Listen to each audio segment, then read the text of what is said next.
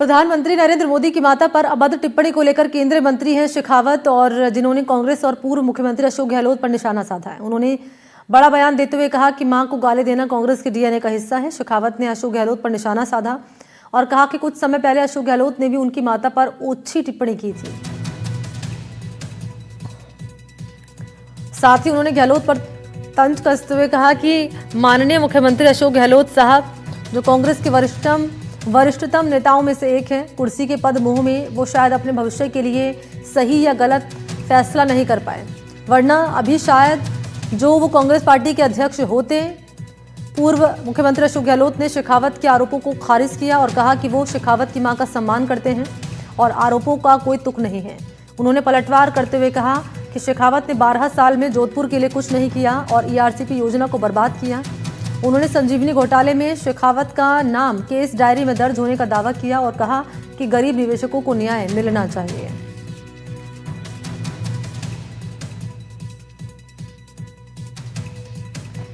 माँ धरती माता से लेकर के गौ माता से लेकर के और जन्मदात्री माँ तक वो एक संस्था है, उसका जो है परिचयक है। उसके लिए अनर्गल भाषा, ओछी भाषा का प्रयोग करना, ओछी टिप्पणी करना, ये दुर्भाग्यपूर्ण है। लेकिन मुझे लगता है कि ये भी कांग्रेस के डीएनए का हिस्सा है, क्योंकि माननीय मुख्यमंत्री अशोक गहलोत साहब जो कांग्रेस के वरिष्ठतम नेताओं में से एक है,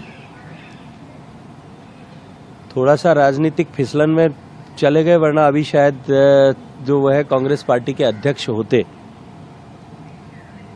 लेकिन सत्ता के मोह में, कुर्सी के पद मोह में वो शायद अपने भविष्य के लिए सही या गलत फैसला नहीं कर पाए। उन्होंने भी इस तरह की टिप्पणियां सरेआम मेरी मां के लिए की थी, तो मां किसी की भी हो, उसके लिए अगर इस तरह की टिप्पणी की जाए तो वो दुर्भाग्यपूर्ण है। 10 साल तो 12 साल लगभग हो गए उनको संसद बने हुए। 12 साल की वो उपलब्धि बताए जोधपुर के लिए उन्होंने क्या किया। छोड़ी राजस्थान की बात, तो ईआरसीपी को बर्बाद करने वाले वही हैं। एक जल संसाधन मंत्री का अवसर मिला था, मैंने नीति आयोग की बैठक में तारीफ करी मोदी जी की कि आपने ये नया मंत्रालय जिस रूप में बनाया है, ये इसका बड़ा अच्छा इम्पैक्ट रहेगा। राजस्थान के वो मंत्री थे, वो चाहते तो बहुत कुछ कर सकते थे, और इधर आपका ईआरसीपी था। अब 9 साल बाद में पानी आएगा, नया एग्रीमेंट करवा दिया नई सरकार ने, बड़े खुश हो रहे हैं वो। हमने तो नवनेरा बांध बना भी दिया, काम आगे बढ़ रहा था हमारा। 12,000 करोड़ रुपए हमने रखे हैं। इन्होंने क्या किया है? ये कुछ नहीं कर रहे हैं, खाली लफाजी कर रहे हैं लोग, कुछ नहीं कर रहे हैं। और इसी पर डिप्टी एडिटर शशि मोहन इस वक्त हमारे साथ फोन लाइन पर मौजूद है। शशि मोहन शर्मा, यहाँ पर प्रधानमंत्री मोदी की माता को गाली देने से शुरू हुआ मामला अब ईआरसीपी तक पहुंच चुका है। दोनों ही नेता अब इस पर एक दूसरे पर वार पलटवार कर रहे हैं।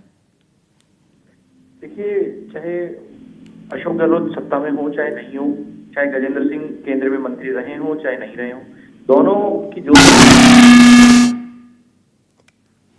कोई मौका नहीं छोड़ते। जब अशोक गहलोत सरकार में थे तो संजीवनी का मामला सक्रियता से चल रहा था।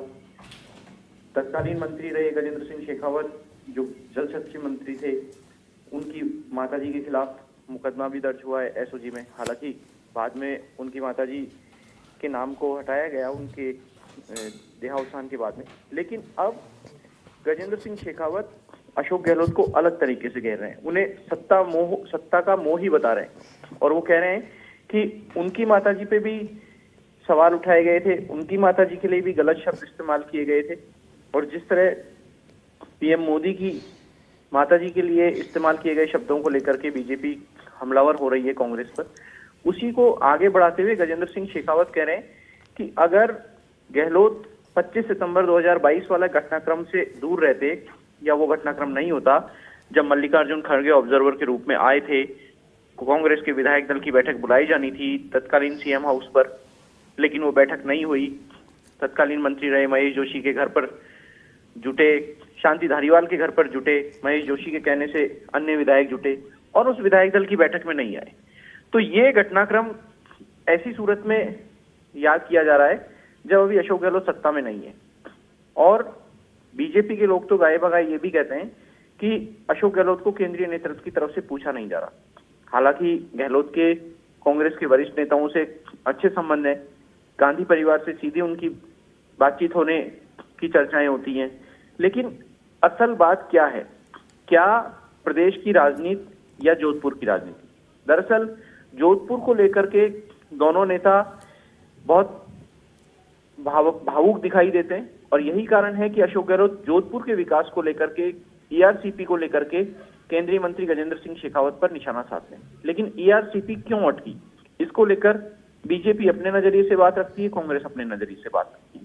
लेकिन इन दोनों के बीच की ये बयानबाजी आगे और बढ़ेगी और आप ये देखिए कि कांग्रेस का राष्ट्रीय अध्यक्ष नहीं बन पाने का जो मलाल अशोक गहलोत और उनके कैंप को होगा, उसको बार बार छेड़ करके गजेंद्र सिंह शेखावत गहलोत और उनके कैंप के जख्मों पर नमक छिड़कने का काम कर रहे हैं।